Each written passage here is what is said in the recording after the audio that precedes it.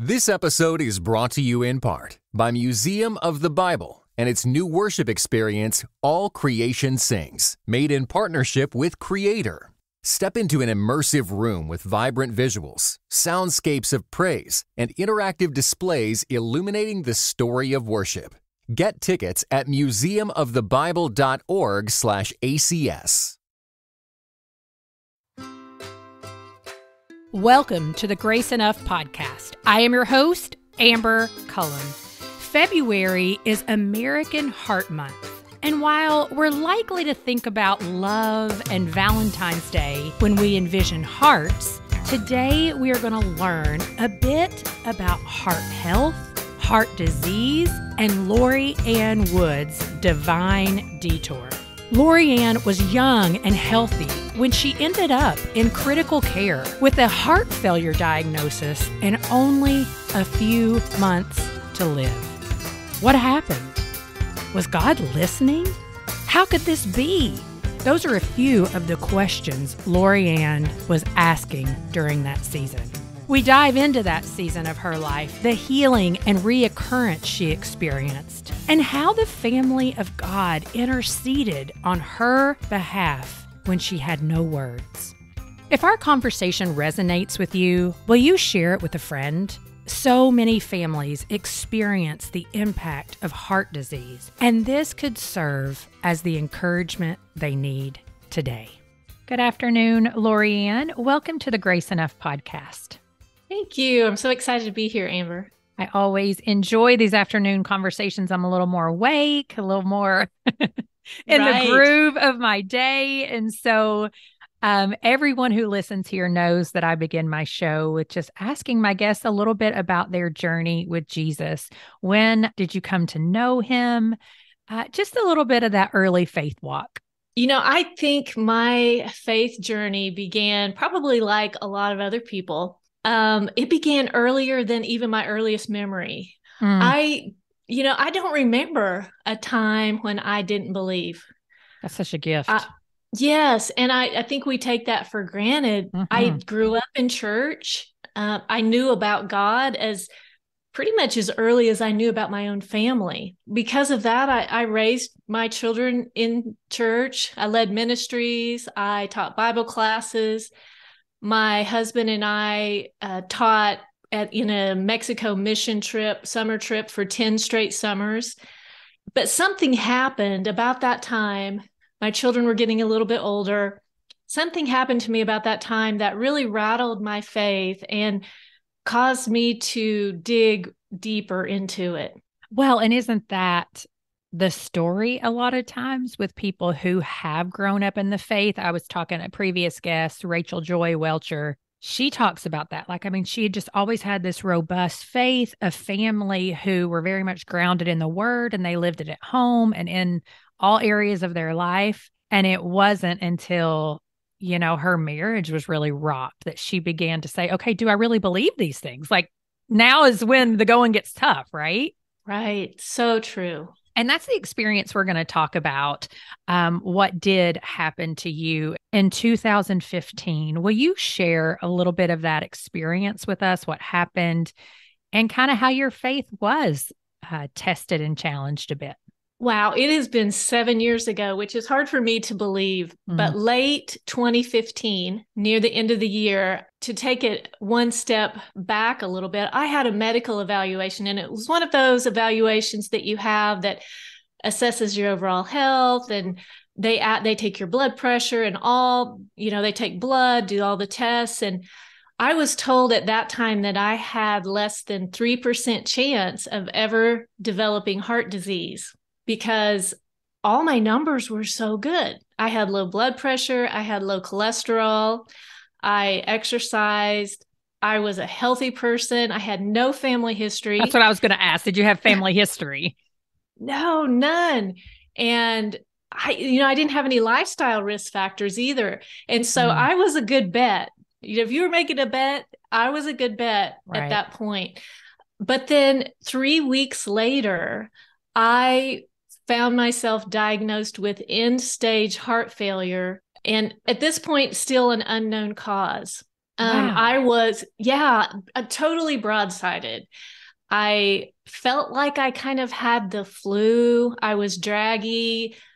I wasn't like laid out flat in bed or anything. I was just not feeling myself. I thought Mhm. maybe this might be pneumonia. I haven't ever had pneumonia. Maybe Mm. this is it.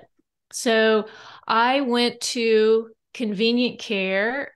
My children were coming home that week. It was actually the week of Thanksgiving. So I was running around doing all these things. I went to convenient care on Sunday before Thanksgiving, and I was given an inhaler. And then I wasn't getting any better. So then Wednesday, I went back to convenient care the day before Thanksgiving, and I was given an antibiotic. Mm. And, to be fair to them, they didn't have the equipment and Right.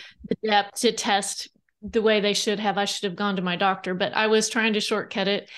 Then the day after Thanksgiving, I finally went in to see my PCP, and the words that he told me I knew were going to be significant one way or another. But he said he listened to my heart and looked at a few other things. And he said, if we're lucky, this is pneumonia. Oh, And yeah, I looked at my husband and I said, do they put people in the hospital for pneumonia these days? We didn't know.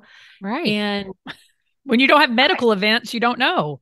no, and I had never been in the hospital outside of childbirth.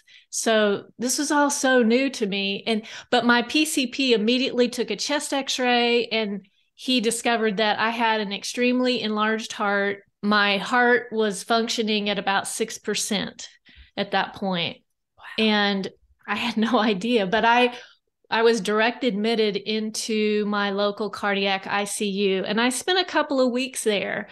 It was very critical. I had defibrillator pads stuck to my chest, and the crash cart was permanently stationed outside my room door. And we didn't get a good prognosis. We met a cardiologist for the first time, and they didn't think that I would leave the hospital based on the shape that my heart was in. And then after 2 weeks, I did leave the hospital. They said, okay, plan on 90 days. And then I got past 90 days, and they said maybe 6 months. And once You were I going made to it live? past, yes, that was the prognosis based on the shape that my heart was in at that point. And then eventually they said 5 years, and that was about 7 years ago. But it was kind of a rough, rocky time.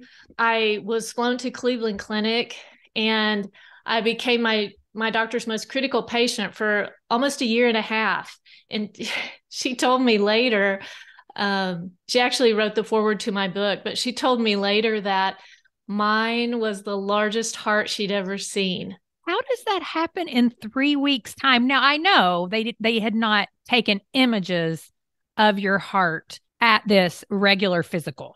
So I get Right. that. But as far as in the vitals and everything, and vitals don't always tell the whole story. Like I get that as well. But what did now I just have all these questions that don't even have anything to do with faith. So we're going to get to the faith No. part. But now I'm like, what did end Yeah. up happening in that 3 week period? Because you were in Cleveland Clinic. Were you admitted there for that 16 months? No, I was flying back and forth every Okay. 3 or 4 months. They let me go with for 9 months. I wore an external life vest defibrillator. That's just a vest you wear. That's basically that defibrillates your heart if it stops. Mm-hmm. And then I got implanted with an internal one. So I have Yep. an internal pacemaker defibrillator now. But I can look back at that and say, wow, heart failure really snuck up on me. But if I'm being honest, and we still don't know the cause, it might have been a virus. It might have been something genetic that they haven't been able to pinpoint yet. Yeah.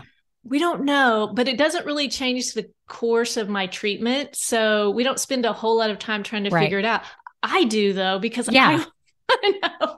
But I can look back and see that at least 10 years before my diagnosis, I had symptoms that I didn't recognize. I had really an inability, I'd say, to exercise.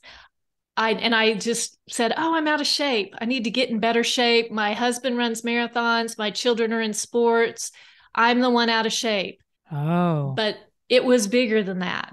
And I just kind of brushed that off. I had difficulty with inclines, especially. That was the biggest thing. Any staircase, mountain, any sort of thing that we would go up an incline, I would feel it and have to stay behind from the whole family. And we were just, I'd have a rapid heart rate at weird times.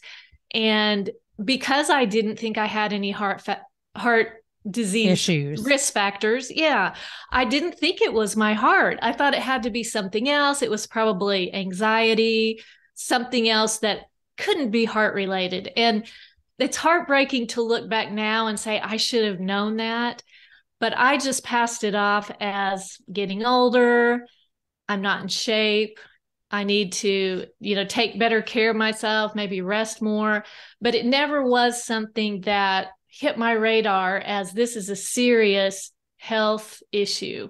Well, I think that's a hard thing, though, coming from a person who does have two parents with very low ejection fractions. And for those who don't know what ejection fraction is, it's just how much blood, your oxygenated blood that your heart is pumping.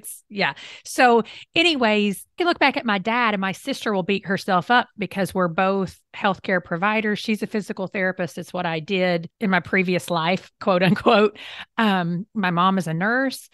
And, he had headaches and things, but he's also a grinder. He'll just get it done and not say a whole lot about what's going on with his body. But we all say, like, oh my gosh, why didn't we have somebody check his heart? Because it went on for years. Right. And so I think it can be hard because you also don't want to be the, again, quote unquote, hypochondriac, where every time you have some sign of something, you're running to the doctor. So what would you say to people now? Like, how do you make that decision, right? Like, what are the ways to be proactive in your treatment of heart disease?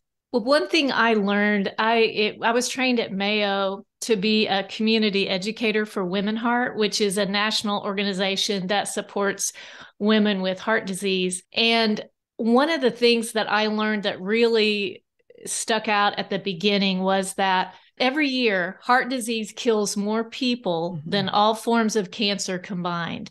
Wow. And I don't want to discount cancer because it's a horrible disease, right. And I've lost people in my family and friends.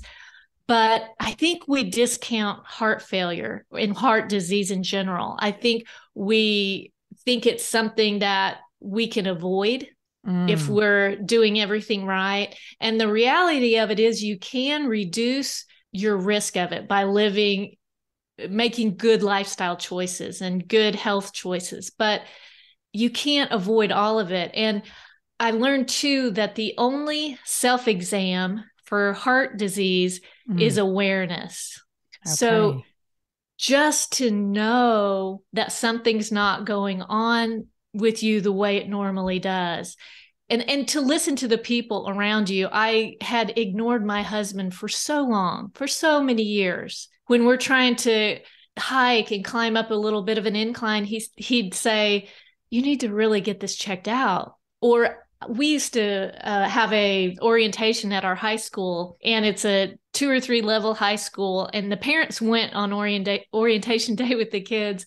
And I remember even with my first child, that staircase going up, and all the other parents could go up without a problem. And some of them were older than me. Some of them were a lot heavier than me. Some of them, but they all made it up fine. And I had to stop 2 or 3 times on the staircase. Oh, wow. Just to make it up. And even then, it never occurred to me that it could be something so much more serious than what I was passing it off as. Right. And if you're thinking there's something that doesn't quite feel right, mention it in your annual physical. Even if you're just going in, to get the overall physical that you always get, mention it then. And just get medical ears on it, because, heart failure in particular, and I think heart disease in general, has so much better an outcome if it's discovered earlier. And so many diseases are like that. Right. Even if you just want to message your doctor, so many doctors and hospitals now have where you can Telehealth. message them. Yes. So shoot a little message to them and ask them, should I be worried about this? Maybe they'll run a test the next time you're in there doing something else, and maybe it won't be a big deal, but at least you won't be like me thinking, why did I ignore that for so many years? Well, and that's a good word for me, really, because for years I didn't go in and have my heart checked because I kept having like racing heart and some issues when I was running, and yes, things did end up being okay, but it was like 3 or 4 years before I went in. And I mean, it's like, why do we wait, right? Like, what? It doesn't. If it's not going away, go. And don't wait for years and years. I'm preaching to the choir here. But my sister, she had to have a hole in her heart closed up when she was in her 30s. And so they just kept thinking like, this is a genetic type thing. Like, you need to go, you need to go, you need to go. So I finally went, and there was kind of a little, if I go do this, my husband's going to go do this. And he still hasn't gone and done this. So I'm going to make him listen to this episode and be like, remember what you said, and you still haven't gone. So anyways, I do though. I also want to acknowledge that, I mean, it's a silent disease. And so, I've had Erica Baldwin on the show before that has, talked about her silent disease. And I think that sometimes is the reason why we ignore it. Right. And we give cancer more. Again, it deserves it, but it's not bigger than heart disease. I think sometimes when you can't see it, that holds us back. And I don't know if you have anything really to say to that, but. Yes, that's so very true. When it's not something that is right in your face, when it's an invisible, silent situation that you're dealing with internally, and especially when you've got kids at home or you have a job, it's just so easy to push that down and say, look at me, I look great. Because even when I was admitted to the hospital and my heart was functioning at 6%, all the nurses were like, you look so healthy. You look so good. So you can't really go by that. You're really the only one, other than, like I said, people that love you and know you best also have your best interest at heart. And so just listen to them. If it's, like with your husband, if nothing else, just to get them off your back, but get in there. That's right. That's right. This episode is brought to you in part by Beyond Ordinary Women Ministries, which prepares Christian women for leadership. At BOW, we believe that every woman is a leader because she influences someone. So, whom do you influence? Do you mentor a woman? Serve in the workplace? Or do you lead a small group, teach the Bible, or even lead an entire ministry? No matter who or how many you influence, our free online resources will help equip you. Our videos, podcast episodes, and articles from experienced women leaders will encourage you and perfect your leadership skills. They offer wisdom for dealing with ministry pitfalls, current biblical issues, health for your own soul, and insights for shepherding others well.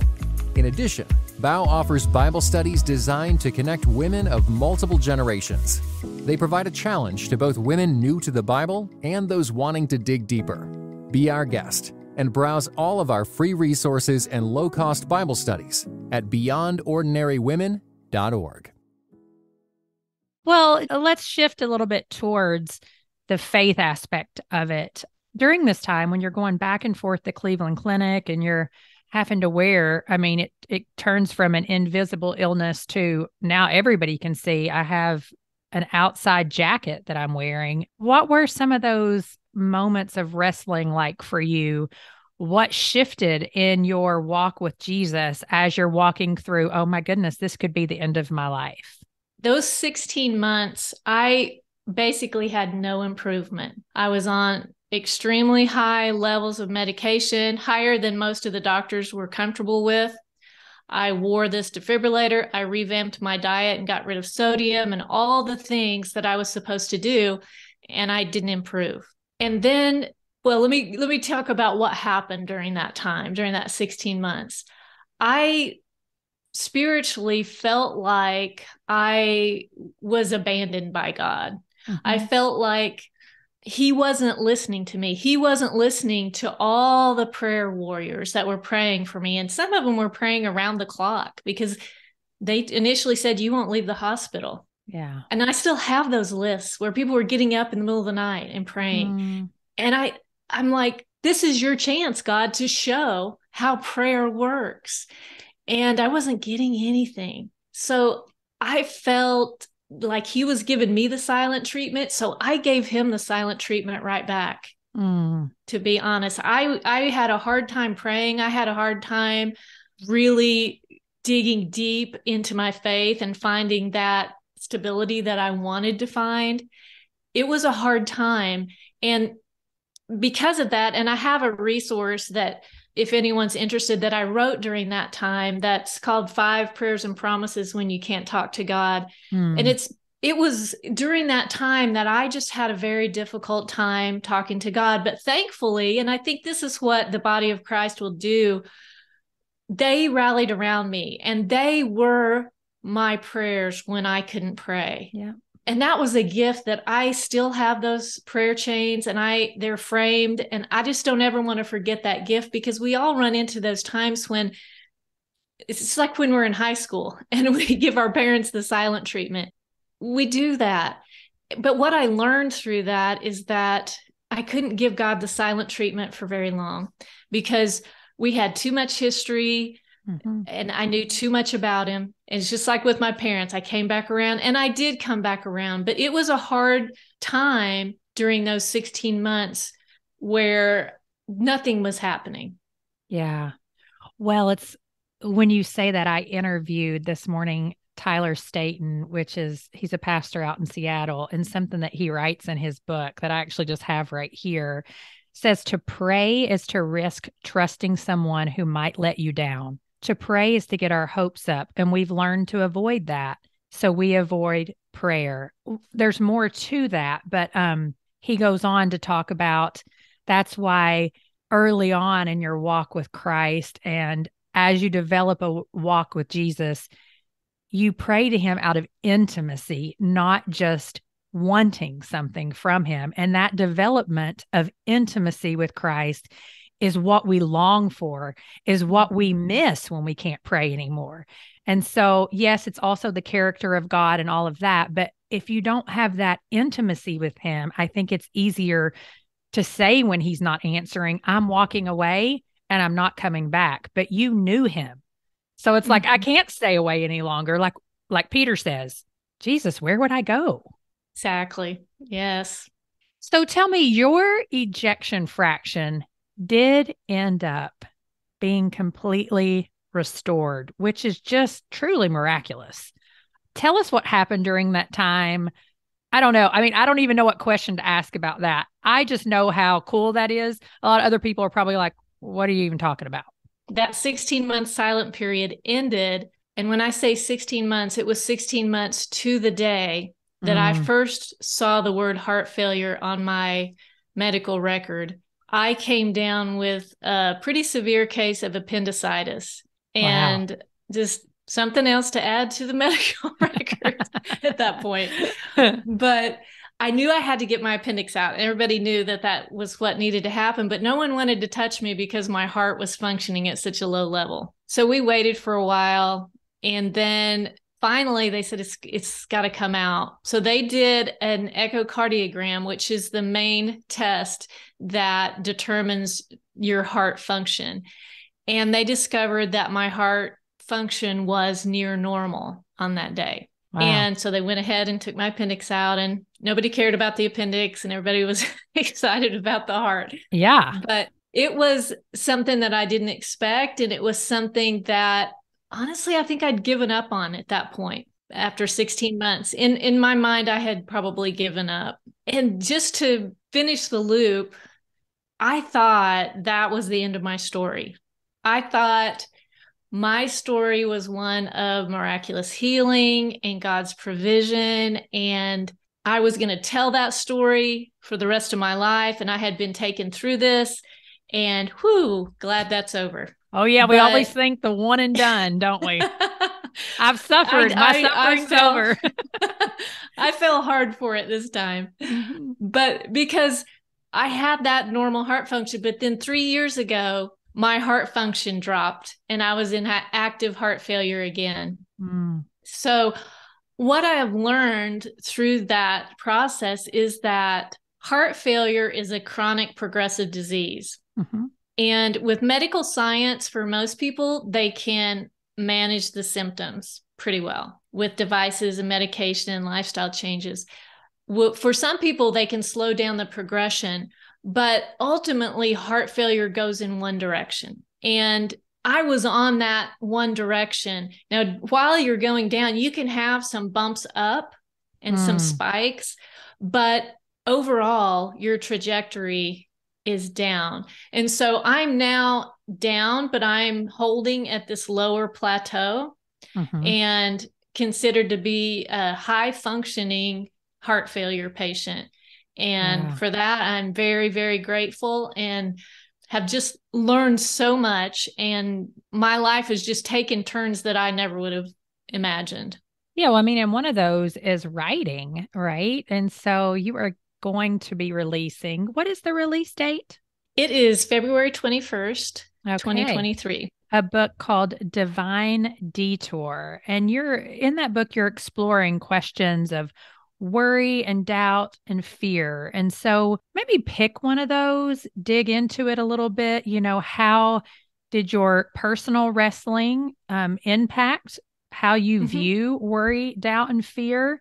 And really what you hope the readers will take away from it. This book that I have, and the title's Divine Detour. The subtitle is The Path You'd Never Choose Can Lead to the Faith You've Always Wanted.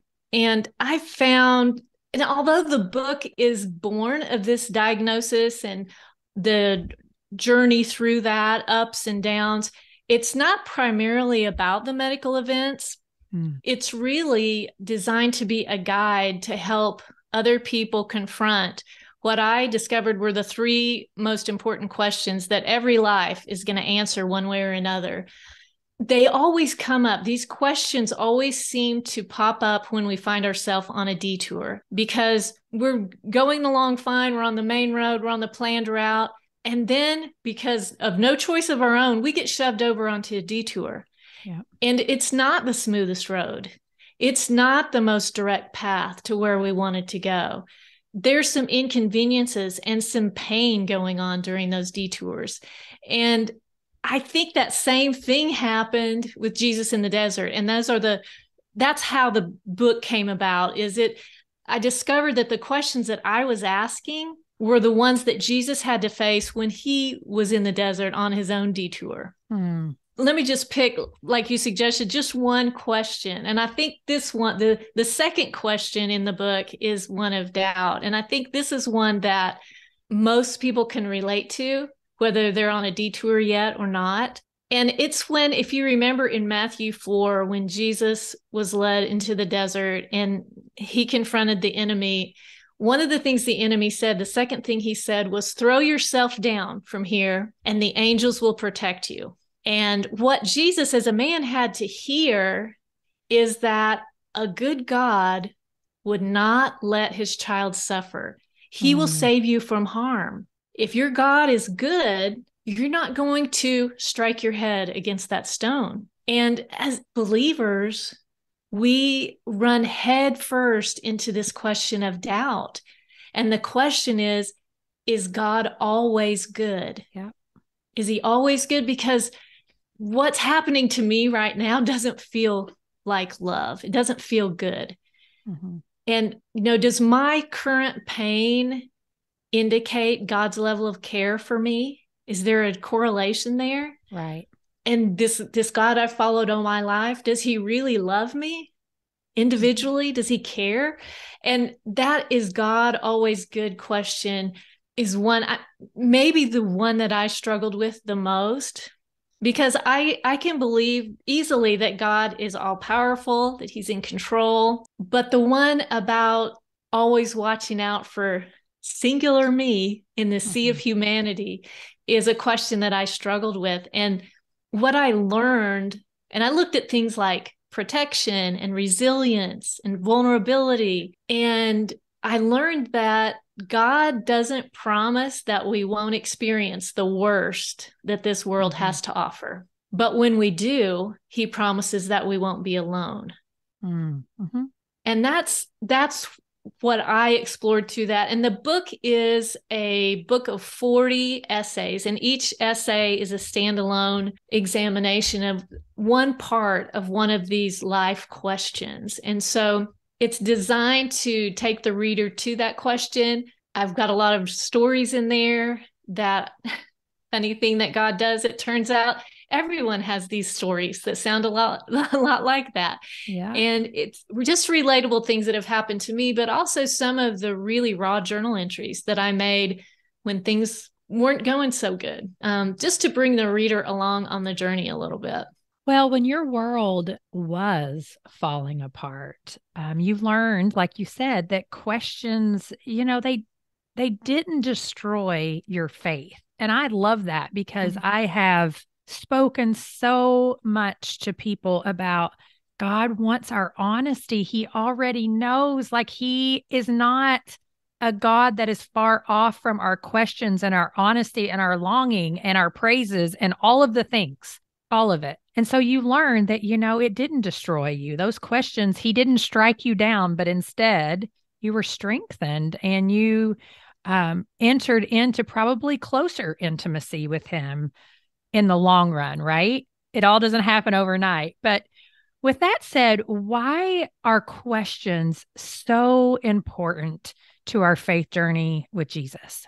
Questions, like you said, they really strengthen your faith because they force you to choose God again and again and again. You have to consider him again and again and again. And it's like re-upping your belief every time you have a question. Frederick Buechner is one of my heroes in writing, and though he passed away this year, and I never have met him or anything like that, but he had a quote that really inspired a lot of my writing and this book. And he said that questions are the ants in the pants of faith. Ooh. Which I love that, because they're not the bullet that ends faith. We like to think that the opposite of faith is doubt or questioning. Right. But the opposite of faith is indifference. It's so true. Yes. If we put God up on a shelf and say, I'm done with you, and walk away, you're done. But if you're questioning, if you're poking and prodding and questioning and wrestling, you get stronger. That's what happens when you wrestle. And our faith becomes more defined. It becomes clearer, and it becomes more real and practical the more we wrestle with it. So questions, I think, are something that get a bad rap, and maybe we discourage them. I can look back now as a mom, and maybe I discouraged questions when my kids were growing up about certain things that I wished I wouldn't have. So it's so much of what we learn through questions. And we just have to bring them out and let them breathe and let them strengthen our faith and not run away from them. Absolutely. Well, let's close with this. What encouragement would you offer someone who is walking through their own personal desert right now? One of the scriptures that kind of landed in my lap or popped into my head or laid open in my Bible, as scriptures often do, during this time was John 13:7. And it's Jesus was getting ready to wash the disciples' feet. And he said, you do not understand now what I'm doing, but later you will understand. He knew at that point that he was facing something really hard, but he also knew that his disciples were getting ready to go into a desert of their own. Yeah. He wanted them to know that just because some things are not understandable doesn't negate the fact that he's God. And that to me was so powerful, because I'm just kind of a concrete thinker. I'm reasonable and rational, and sometimes faith is hard for me just because of that. So I had to really come at that in a different way and say that, questions are okay, because it doesn't mean that God's not good. It doesn't mean that he's not in control. It just means that I'm not understanding it right now. Yeah. So we all are going to end up on a detour when you think about it. No one is going to have their life turn out exactly like they'd planned. It might not be a health detour. It might be the loss of a child or divorce or bankruptcy or loss of a dream. And it all brings these questions up when we face that detour. And it creates doubt because we feel like he might have abandoned us on that detour and we might be all alone. But I would say if you find yourself, or maybe I should say when you find yourself on a detour, consider that maybe God has something more for you than just a predictable life. He might have something more for you. Yeah. So I would hope that, knowing that we all have detours, we all are going to get pushed off that main route, the expected, what we planned, that we don't back away from the questions. We keep going, keep asking those questions, because that is what's going to keep your faith alive when you're on that detour. And I've learned that as I'm asking those questions, I'm drawn closer to God. And I've learned that this God we serve is a God who desperately wants to keep the conversation going with us. Absolutely. And questions will help you do that. Absolutely. I love that. Well, Lori-Ann, thank you so much. Divine Detour, I'm sure will be available at all the places, Amazon and anywhere else people buy books. But if someone wants to connect with you, where can they best do that?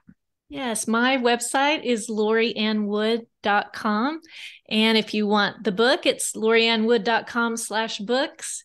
And if you're interested in my free resource, it's loriannwood.com/hope. Awesome. Thank you so much for your time. Thank you for having me.